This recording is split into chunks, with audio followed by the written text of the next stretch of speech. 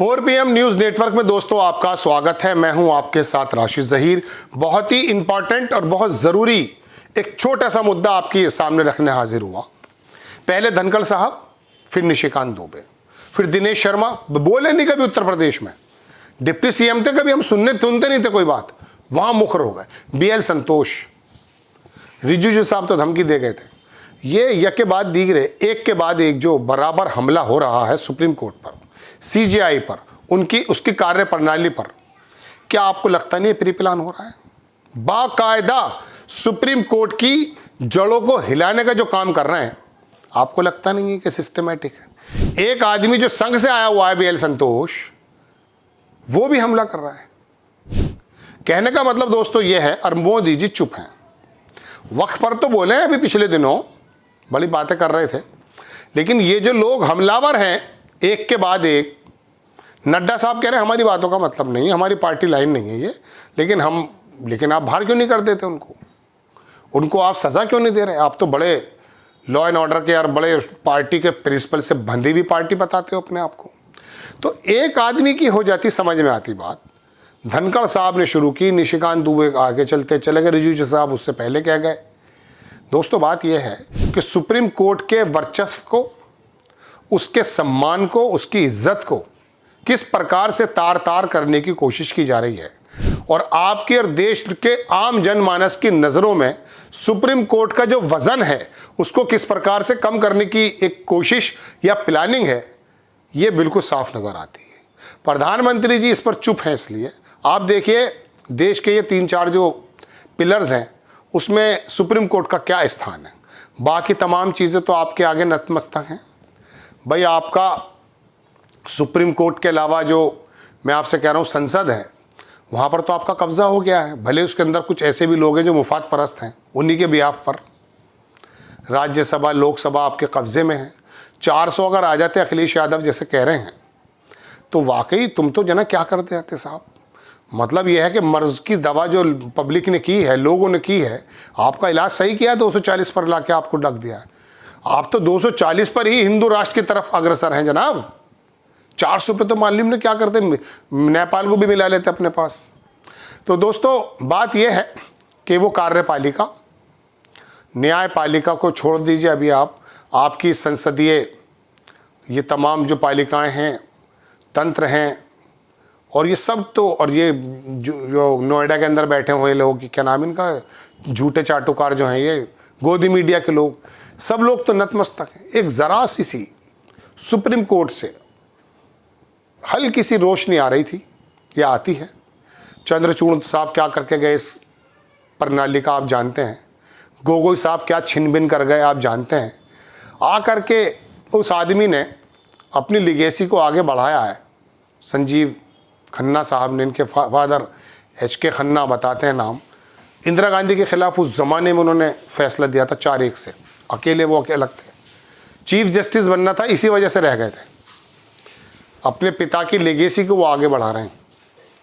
अगर उन्होंने आपके कानून की तारीफ भी की है, जो आपके अच्छे पॉइंट्स हैं उसको तारीफ की है, लेकिन जो संविधान के मेन स्ट्रक्चर से टकरा रही थी चीज़ें, अगर उन पर आपसे सवाल कर लिया और आपका सॉलिसिटर जनरल मिमियाते हुए वहाँ से निकल भागे, तो दोस्तों बात यह है, उसी CJI खन्ना पर, उसी CJI पर आपके नेता, अभिनेता, परिनेता जितने भी आए हुए हैं अंदर से और बाहर से, हमलावर हो गए।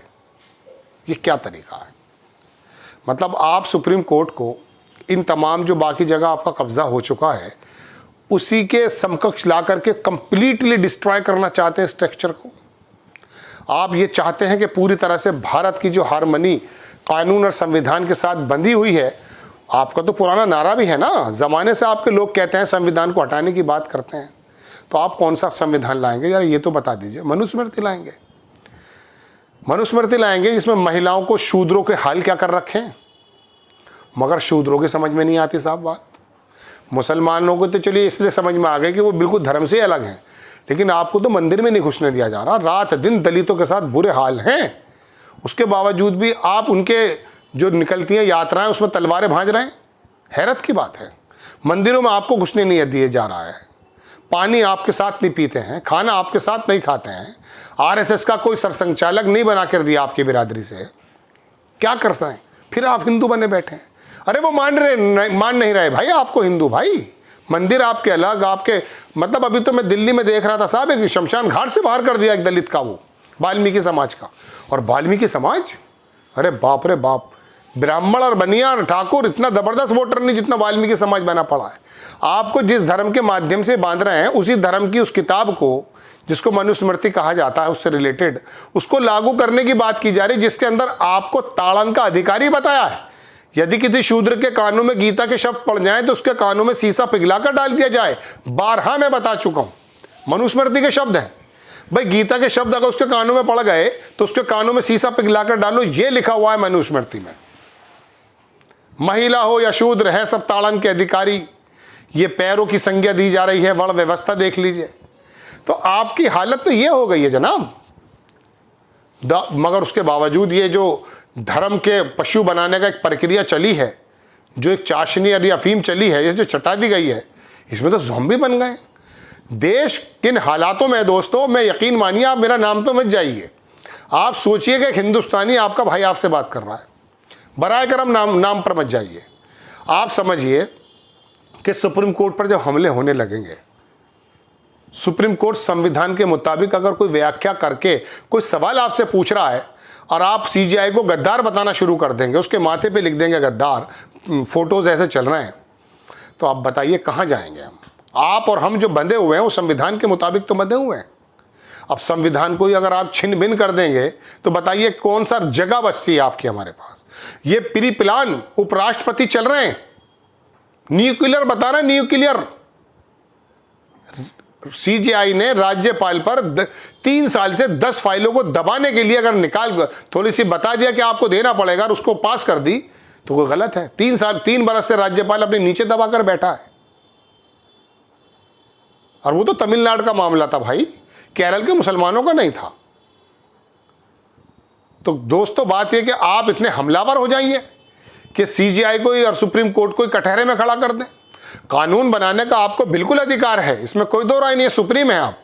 लेकिन कानून के अंदर बनाते समय यदि कभी कोई जमीन, जगह, जात, क्षेत्र और मजहब का अगर आपको ताल्लुक रखते हैं या फिर उस बेसिक स्ट्रक्चर को हर्ट करने का अगर आप काम करते हैं और धारा 142 के अंतर्गत अगर आपसे कुछ सवाल पूछ लिया जाता है तो आप गद्दार बताना शुरू कर देंगे। और एक प्लान के साथ, और मोदी जी चुप है बिल्कुल।